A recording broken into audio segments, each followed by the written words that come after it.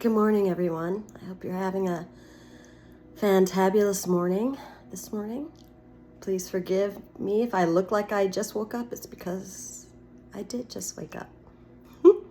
And I've been mulling over what I'm about to say for a few days now. And so, and I actually have notes. So if I'm looking away, it's because, not because I'm not sure of what to say.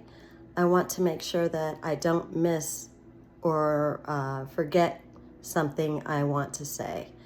And as always, it is not my intention to offend or trigger anyone. And so just know that I'm going to do my best. What I have to say is meant to be helpful to us all. And actually, part of the reason why I'm doing this, you've already heard my other experiences, so I'm not going to go through that again. But over the last week, I've had an attack on my platform by somebody who felt it was wrong of me to talk about health and wellness in matters that they didn't understand and that they've never seen in the Bible. And so they felt it was okay for them to post ugliness under my videos, which I blocked. I deleted and I blocked the individual. But it's really important to me. I believe I do pay attention to what happens. I don't believe in coincidence. And so the next thing that happened, I ended up talking to some young people about the book or the play, The Crucible, which is based on a true story. It's based on a witch hunt that occurred in the 1600s that basically the witches or the people who were practicing voodoo at the time, they weren't the ones that were ostracized and put to death. Innocent people that lived in that village were put to death. They were forced to lie about their neighbors. They were forced to, and the government structure forced them to do this. They were forced to lie about their neighbors, admit that if they admitted they were a witch and told on other people, and said that they were, repenting, they were let go, and then their neighbors were attacked. And so I really want to talk about the willful ignorance that others use to practice projecting fear on other people. Forcing people to do things they wouldn't ordinarily do. I think it's a conversation that's been avoided for a long time. McCarthyism is another example.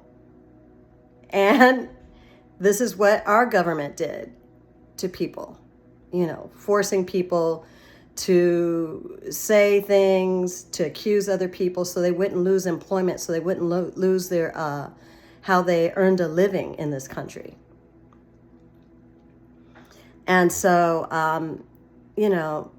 please forgive me because I have notes. I have a lot to say.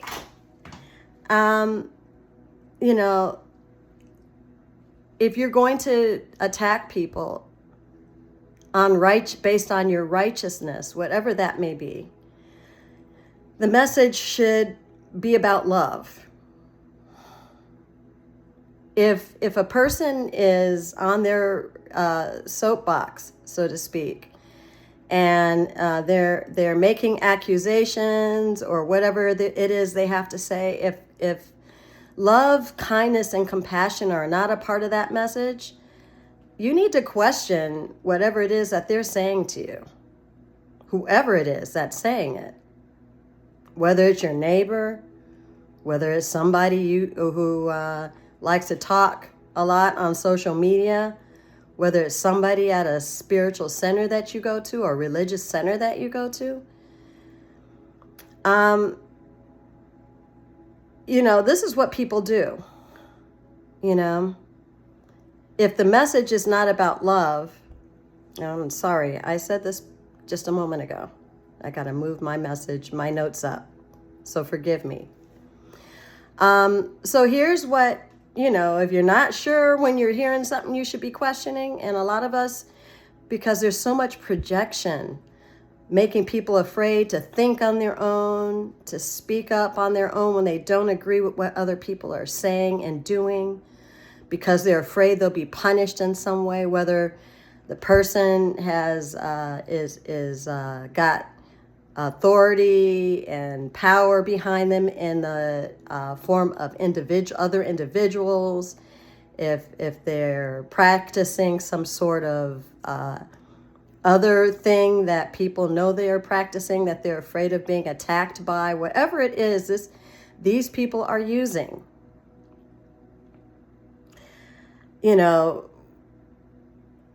The things that should be talked about,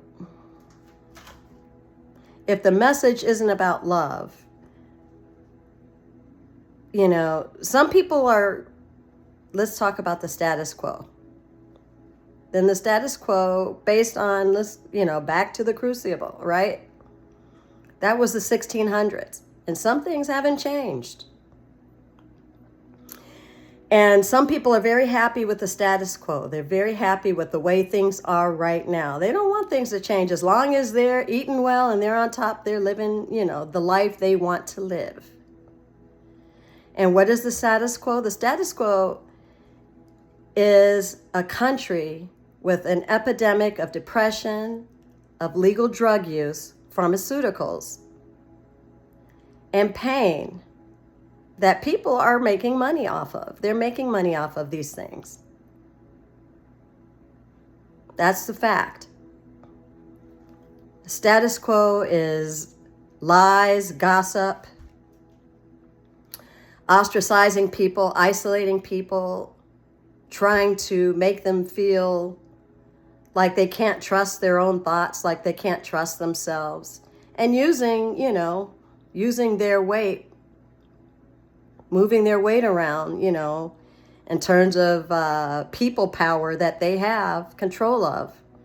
A lot of this happens in small towns, but it can happen in cities too.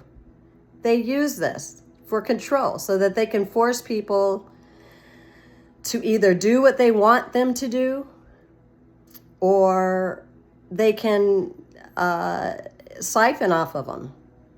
The energy siphoning, the energy harvesting. Energy vampire behavior. That's what that is. Projecting fear and desperation in others so they, they'll behave, and they'll behave like sheep. They'll follow along. They'll agree with. They'll do things and say things that they wouldn't ordinarily do or say. This is what these people do. This is the status quo that these people are into. As long as they can make the money, bring the money in, live the life they want to live, and control others, this is what they do. This is their status quo. This is the status quo that our society has going on right now. And, if love and kindness and compassion are not included in these messages that people are giving, you definitely need to question whatever or whoever is saying it and why they're saying whatever they're saying. Point blank. And for those who are questioning what would Jesus do, I believe he would do what he did before. He would remind you to look at yourself on the inside and not the fake mask that we use on the outside, to satisfy whatever it is that we're trying to convince whoever we're trying to convince in certain situations. when it's convenient. Here's a good example of that. Excuse me. I wasn't going to say this, but I am going to address it since this individual did attack me a couple times on my profile, on my platform. The individual that attacked me and said, if it's not in the Bible, it's not real, and what you're saying doesn't make any sense. This person considers themselves to be God-fearing. And I'm not judging that, but at the same time, I have observed this person show unkindness to their life partner on an important day, on a very important day. They showed unkindness to their life partner, which could be considered emotional abuse, frankly. When on Father's Day, your life partner goes to visit family that's shut in a nursing home and their own parents, and then doesn't get there when you want them to get there so you can barbecue, and you're not even getting along with your own children, but you're going to project disappointment and anger at your life partner who got there as fast as she could, nervous that you would be upset with her. But you're going to throw the Bible at people and tell them what they need to, follow and judge other people. That's proof of some need for some personal reflection.